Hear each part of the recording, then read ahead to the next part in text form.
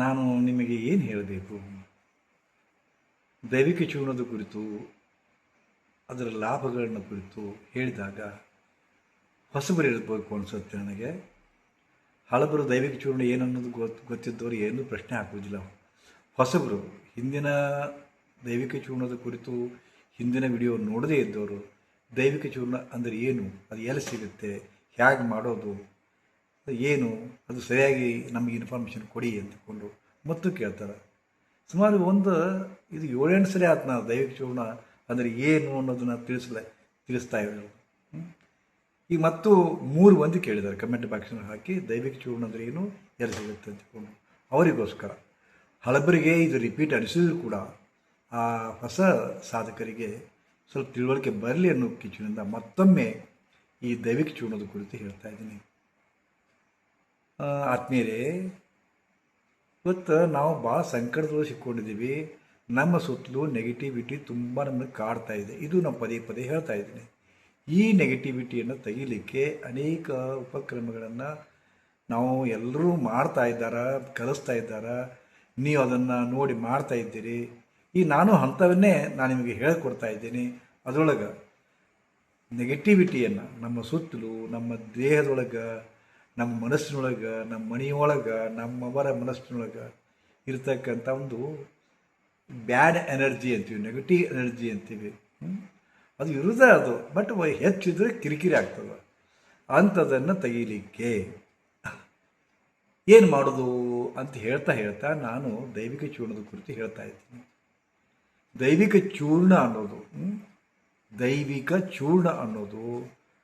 4 ಚೂರ್ಣಗಳ ಒಂದು ಮಿಶ್ರಣ.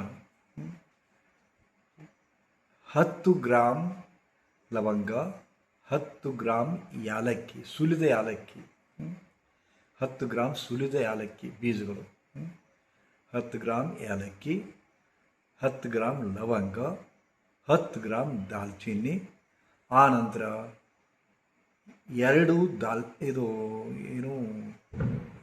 ಜಾಯ್ಫಲ್ ನಟ್ಮೆಗ್ ಅಂತಾರೆ. ಸೊ ಜಾಯ್ಫಲ್ ಇವನು ಅಷ್ಟು ಕೂಡಿಸಿ ಇದು ನಟ್ಮೆಗ್ ಅನ್ನೋದು, ಜಾಯ್ಫಲ್ ಅನ್ನೋದು ಸ್ವಲ್ಪ ಬೀಜ ಉಪಾದಿ ಇರ್ತಿರ್ತಾ, ಅದಕ್ಕೆ ಸ್ವಲ್ಪ ಜಜ್ಜಿ ಪುಡಿ ಮಾಡಿ ಅದನ್ನು ಕೂಡ ಇದರೊಳಗೆ ಮಿಕ್ಸಿ ಒಳಗೆ ಹಾಕ್ಕೊಳ್ಳಿ, ಫೈನ್ ಪುಡಿ ಮಾಡ್ಕೊಳ್ಳಿ. ಆಮೇಲೆ ಎಷ್ಟು ಪುಡಿ ಆಗುತ್ತೋ ಅದರ ಅರ್ಧದಿಂದ ಪೂರ್ಣ ಭಾಗ, ಅಷ್ಟೇ ಭಾಗ, ಉದಾಹರಣೆಗೆ 50 ಗ್ರಾಮ್ ಪುಡಿ ಆಯಿತು ಅಂತ ತಿಳ್ಕೊಳ್ಳಿ. ಅದರ 25% ಭಾಗವನ್ನು ಅಥವಾ 50 ಭಾಗವನ್ನು ಅಥವಾ 50% ಹಾಕಿದ್ರೆ ಚೆನ್ನಾಗಿರ್ತದೆ. ಅಷ್ಟು ಶುದ್ಧ ಅರಿಶಿನ ಚೂರ್ಣವನ್ನು ಕೂಡಿಸ್ಬೇಕು.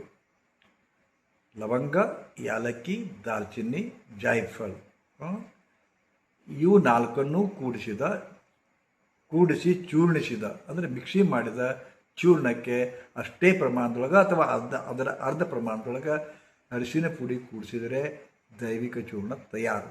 ಅತ್ಯಂತ ಪವರ್ಫುಲ್ಲು, ಆನಂತರ ಅನೇಕ ಕೆಲಸಗಳಿಗೆ ನಿಮಗೆ ಉಪಯೋಗ ಆಗ್ತಕ್ಕಂಥ ಒಂದು ದೈವಿಕ ಚೂರ್ಣ ಇದು ಕರೆಸ್ಕೊಳ್ತದೆ. ಅಲ್ಲಿ ಯಾಲಕ್ಕಿ, ಲವಂಗ, ದಾಲ್ಚಿನ್ನಿ ಒಂದೊಂದು ಅದ್ಭುತವಾದ ವಸ್ತುಗಳಿದೆ. ಅದನ್ನು ಸೇವನೆಯಿಂದಲೇ, ಅದು ನಿಮ್ಮ ಬಳಿ ಇರೋದ್ರಿಂದಲೇ ನಿಮ್ಮ ಎಷ್ಟು ಕೆಲಸಗಳು ಸಕ್ಸಸ್ ಆಗ್ತವೆ, ನೆಗೆಟಿವ್ ಎನರ್ಜಿ ದೂರ ಹೋಗ್ತವೆ. ಅರಿಶಿನ ಪುಡಿನ ಅಷ್ಟೇ ಇದಾಯ್ತಾ. ಆದರೆ ಇದ್ರ ಜೊತೆಗೆ ಇನ್ನೂ ಹಿಮಾಲಯದ 2 ವಸ್ತುಗಳನ್ನು ನಾನು ಕೂಡಿಸಿ ಆದಿದೈವಿಕ ಚೂರ್ಣ ಅಂತ ಮಾಡ್ತೀವಿ ನಾವು. ಅದನ್ನು ನಿಮಗೆ ಕಳಿಸ್ಲಿಕ್ಕೆ ಆಗೋದಿಲ್ಲ, ಯಾಕಂದರೆ ಭಾಳ ಕಾಸ್ಟ್ಲಿ ಅದು ಭಾಳ ಕಾಸ್ಟ್ಲಿ ಅದ. ಒಂದಿಷ್ಟು ಬೇರೆಗೆ ಮೊದಲು 1600 ಸ್ಟಾರ್ಟ್ ಆಗಿತ್ತು, 2600 ಮಾಡಿದ್ದಾರೆ. ನಾವು ಪ್ರಮಾಣಬದ್ಧವಾಗಿ ಆ 2 ಬೇರುಗಳನ್ನು ಅದರಲ್ಲಿ ಕೂಡಿಸ್ತೀವಿ. ಇದಕ್ಕಾಗಿ ಕೇವಲ 50 ಗ್ರಾಮ್ ದೈವಿಕ ಚೂರ್ಣಕ್ಕೆ ನಾವು ಎಲ್ಲ ಕೂಡಿಸಿ ಕೇವಲ 50 ರೂಪಾಯಿ ಸರ್ವಿಸ್ ಚಾರ್ಜ್ ಮಾಡಿಕೊಂಡು ತಯಾರು ಮಾಡಿದ್ರೆ 900 ರೂಪಾಯಿ ನಿಖರವಾಗಿ ಬೀಳ್ತದೆ. ಹೌದಾ? 900 ರೂಪಾಯಿ ಕೊಟ್ಟು ನೀವು ಅದನ್ನು ಆದಿದೈವಿಕ ಚೂರ್ಣ, ನೀವು ಮಾಡಿಕೊಂಡದ್ದು ದೈವಿಕ ಚೂರ್ಣ, ಇದು 2 ಬೇರುಗಳನ್ನು ಕೂಡಿಸಿದ್ದಕ್ಕೆ ಆದಿದೈವಿಕ ಚೂರ್ಣ ಆಗುತ್ತೆ. ಹೌದಾ? ಮತ್ತು ಇಷ್ಟು ಕಾಸ್ಟ್ಲಿ ಆಗುತ್ತೆ, ನಮಗೆ ಬೇಡ ಅಂದರೆ ಅದಕ್ಕೂ ತಯಾರು. ನೀವು ತಯಾರು ಮಾಡಿಕೊಂಡಂಥ ಚೂರ್ಣವನ್ನು 2 ಕೈಯೊಳಗೆ ಹಿಡ್ಕೊಂಡು ಒಂದು ಬಟ್ಟಲಿನೊಳಗೆ ಹಿಡ್ಕೊಂಡು ಕೂಡ್ರಿ, ನನಗೆ ಫೋನ್ ಮಾಡಿ ಅದನ್ನು ನಾನು ಮಂತ್ರಿಸ್ತೀನಿ ಇಲ್ಲಿಂದಲೇ. ದೂರದಿಂದ ಅಭಿಮಂತ್ರಿಸ್ತೀನಿ. ಡಿಸ್ಟಂಟ್ ಹೀಲಿಂಗ ಅಂತ ಹೇಳ್ತಾರೆ ಇದಕ್ಕೆ. ಅದನ್ನು ಮಾಡಿಸ್ತೀನಿ. ಬಟ್ ಈ ಸಮಯದೊಳಗೆ ನೀವು ಪುಕ್ಕಟಿಯಾಗಿ ನನ್ನಿಂದ ಮಂತ್ರಿಸ್ಕೋಬಾರ್ದು. ನಿಮಗೆ ತಿಳಿದಷ್ಟು ಅದು 10 ಆಗ್ಬೋದು, 100 ಆಗ್ಬೋದು, 200 ಆಗ್ಬೋದು. ನಿಮ್ಮ ಹೆಚ್ಚು ಶಕ್ತಿ ಕೊಟ್ಟಿದ್ರೆ ಅದು 500 ಆಗ್ಬೋದು. ಹೌದಾ? ಅಷ್ಟು ನೀವು ನಮ್ಮ ಫೋನ್ಪೇಗೆ ದಕ್ಷಿಣ ರೂಪದೊಳಗೆ ಹಾಕಬೇಕು. ಹೇಳ್ತಿಲ್ಲ, ಅದು ಇಂತಿಷ್ಟು ಅಂತಿಲ್ಲ. ಗುರುದಕ್ಷಿಣೆ ಫ್ರೀ ತೊಗೋಬಾರ್ದು ಅನ್ನೋ ಕಿಚ್ಚಿಗೆ. ಗೊತ್ತಾಯ್ತಲ್ಲ?